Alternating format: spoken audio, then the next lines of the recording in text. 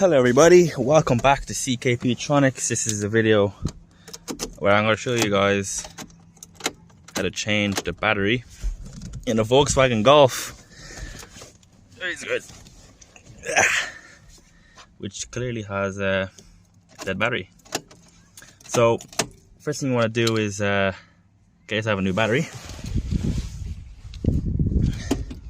This car is completely flat, not even locking, no ignition lights, nothing whatsoever. And we actually have a battery here, which I'm going to try and recover, because it actually looks pretty fresh to me, I'm not going to lie to you.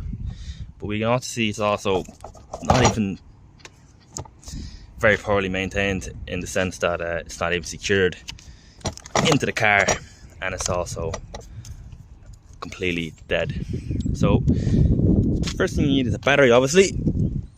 And I don't recommend putting on your car, but this is just a second-hand battery here. It was fully checked over and charged, and all the voltage tests and amperage draw tests were done on it, so it's actually a good battery.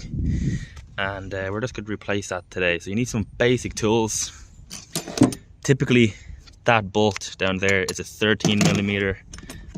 You want some sort of long extensions here just to get down there. So 13mm on a ratchet there. And typically these bolts here on the actual terminals are at 10mm. So we're going to start off by cracking off these bolts loose on the terminals here, pulling back the connectors, ensuring that the positive doesn't touch anything metal around here, shorting out the battery or shorting out the car.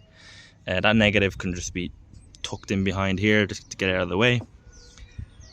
And once you have the two terminals out, typically you would loosen up that 13mm, but since it's already not even secured, we're just going to yank that battery out. So we're going to do all that first, and then we're going to get back into securing in the second battery, and we're also going to code in the battery, and I'll explain what that means later.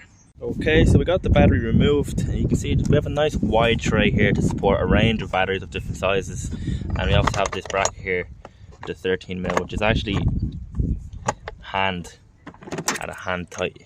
So we're actually going to stick the ratchet on just to save myself butchering my fingers. Just going to loosen this up. And now that once that's nice and loose, it's actually getting tighter now. That's nice and loose, you just want to pop out that bolt. Just doing it nice and slow so you don't drop it into the abyss. And you just want to grab the two of them and just stick it on your tray here. Now there's an orientation obviously where this battery go in, so you can see the negative goes out to the back, the positive is for the front. So this battery here, just want to make sure the terminals are in the right way around, so you see negative here and positive. Barely see the positive on this side actually, but you can see there now. Just going to put it in that orientation. Difficult, but there's actually a rail in which that battery slides into.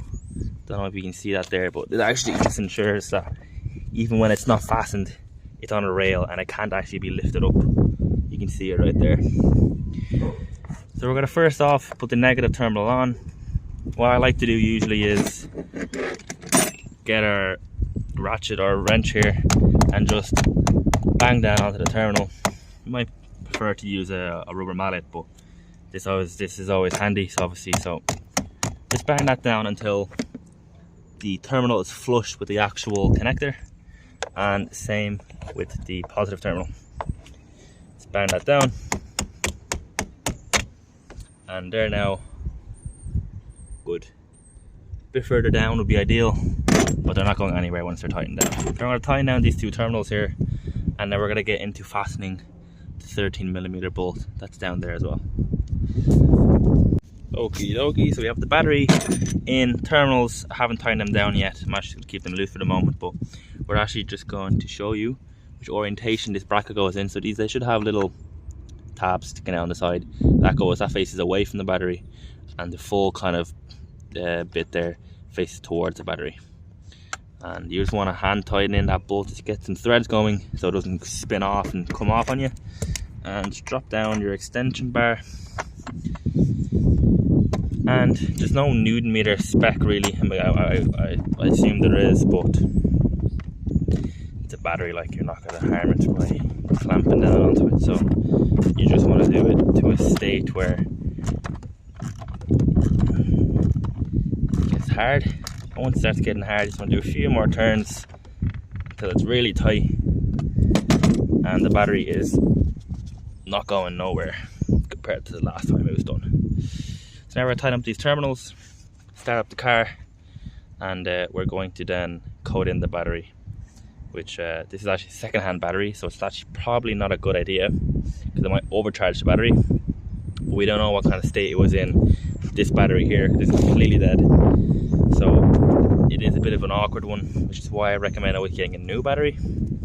But we're going to see what kind of state it's in, what kind of charging, and we can actually check what kind of rate it's charging at.